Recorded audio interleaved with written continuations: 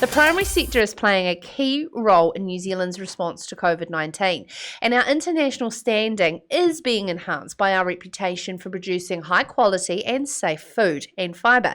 Our environmental credentials and commitment to maintaining free and open trade.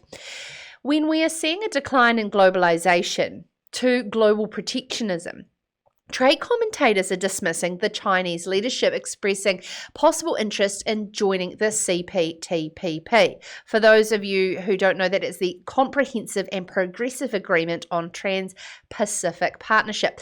And they are saying this is impractical. So joining us now is a respected trade commentator and fan of Sarah's country, Executive Director of the New Zealand International Business Forum, Stephen Jacobi. Good evening, sir.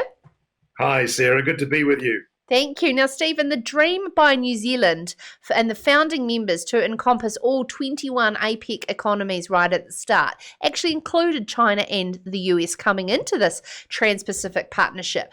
But now you're saying it was very ambitious, and Pahu, China's expressing their desire to join. I don't understand why. Why wouldn't we welcome that with open arms? Well, yes, that's right. I mean, this has been a long-term dream, Sarah.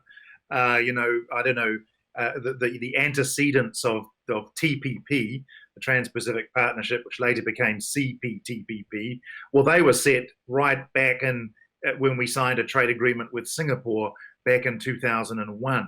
For 20 years, we've been working on this dream of a APEC region, an Asia-Pacific region, FTA, that would encompass both China, the United States, and all the other economies. To try to get there has been very difficult. It's been step-by-step process, and we got CPTPP. We thought we had the Americans, then they left. The Chinese were never keen, it has to be said, while the Americans were portraying TPP as something that excluded them. In fact, they weren't really excluded. Anybody could have joined TPP back in the day. But now they're coming back and they're saying, we want to be in, or we'd like to explore it. This is the first time the Chinese leadership has expressed that interest. And in this complicated post-COVID, and as you say, highly protectionist world, it should be of a lot of interest to New Zealand and the other economies. And I think we should be encouraging them. Is that on the condition that the US isn't a part of it, though? Well, they won't be in the position to make any demands like that. They will have to have their membership agreed by the existing members that doesn't currently include the United States. We'd like the United States to come back. We were sorry they left. I think there's little likelihood of that under President Trump. But if this agreement is going to really make sense, it has to include the region's largest economies. And although President Trump is taking a different, path on the trade question, who knows what might happen after the election. In any event, we can't just sit around and wait for the Americans. What I really like about it is it's more than just free trade in terms of dropping tariffs. This is a lot to do with innovation, intellectual property, protecting the environment, raising the living standards of each and individual countries to have sustainable growth across the regions. You worry that China's own domestic policies and leadership probably won't make the mark to get to the high standards, what is now CPTPP. Yes, and that is a potential kind of problem to be overcome. I'm not saying this is going to be easy, Sarah. I'm just saying it's going to be desirable. But it's a problem to be overcome. But here's the thing.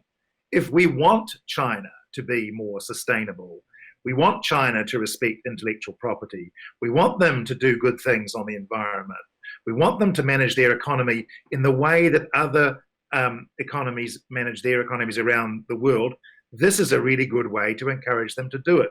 The other way, which is to shout at them for a long period of time or poke a stick in their eye that we do from time to time, isn't going to work. It's never worked. It won't work. We have to show China that these things are in their own interest. And I think that's why CPTPP is a very good strategy.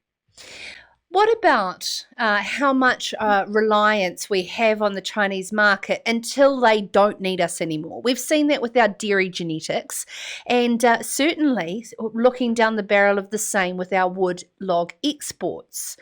What are you concerned about that particular market forces at play and how our government is trying to dictate the long-term outcome of that?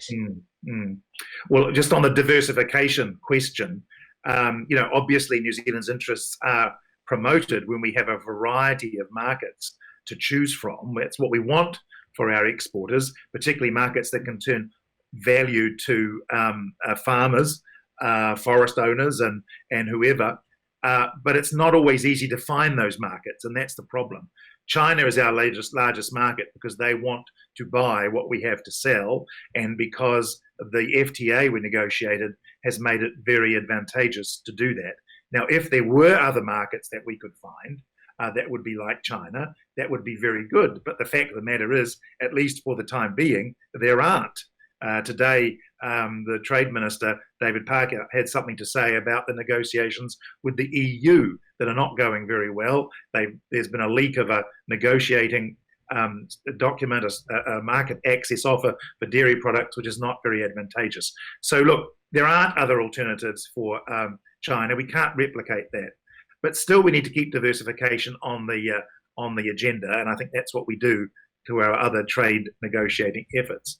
But on forests, if I've got a minute, on forests and logs, what we're seeing the government try to do at the moment through something called the Forests Amendment Bill going through Parliament is to put pressure on foresters, particularly smaller foresters, farm foresters in particular, which, as you know, count for quite a large part of the forestry industry, to put pressure on them to send their logs for the domestic market.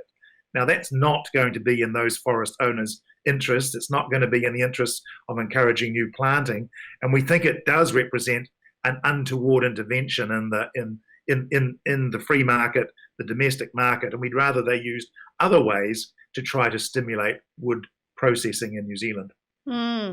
And tomorrow night on Sarah's Country, we're going to be talking to Kerry Warsnop around the free market, that is being able to sell your sheep and beef property to anybody to plant in trees. So there's sort of a couple of sides to that story, Stephen. It is. It certainly is. I've got a couple of things I want to ask you about. You mentioned Minister David Parker. Jacinda has come out in support of him not being overloaded with too many portfolios. Trade is extremely important to our economic recovery. What's your thoughts? Well, Trade Minister David Parker works very hard in the portfolio. He came to it new, but he has really done quite a good job. He's been very onto it during this COVID period. You know, they've negotiated supply chain agreements with a whole lot of countries. They've been stepping up on air freight. I don't think we could fault his attention to the job there. It's true that he may not have the time to lead trade missions in this post-COVID period, but he's got two associates, Damien O'Connor and Nanaia Mahuta. Maybe he needs to make more use of them. Yes, absolutely. Now, lastly, I heard this morning on Hosking talking around beef and wool in Australia being locked out of China. We obviously have a very strong free trade agreement with China. However, some of these price blowbacks will come down the chain. Stephen, are you keeping an eye on that? Well, we are keeping an eye on the general situation with regard to Australia's relationship with China. I mean, we should take no delight in the fact that they're in difficulties. I mean, their barley exports are now being subject to tariffs. Some of their largest meat processors are being blocked out of the market. I mean, maybe that could actually open up some market opportunity for New Zealand and China, not so much in barley, obviously, but that'll be going to the Americans. I would love to explain that to Australian farmers, but and there will be consequences because we may face increased competition from Australia and other markets. I mean, clearly, it's in everybody's interest to find a way to get on with China. Obviously, as an independent, in New Zealand's case, we have an independent foreign policy. We want to have our views heard on certain things like human rights or Hong Kong or Taiwan and all those sorts of things. It's not without importance, but we need to keep all this in balance. And we need to make sure that we deal with them in a very respectful and open way. Thank you so much, Stephen Jacobi. I've run over the first two straight off the bat, Joel. My apologies, but two bright-minded men to kick off the show. Stephen Jacobi, Executive Director there at New Zealand International Business Forum. This is Sarah's Country.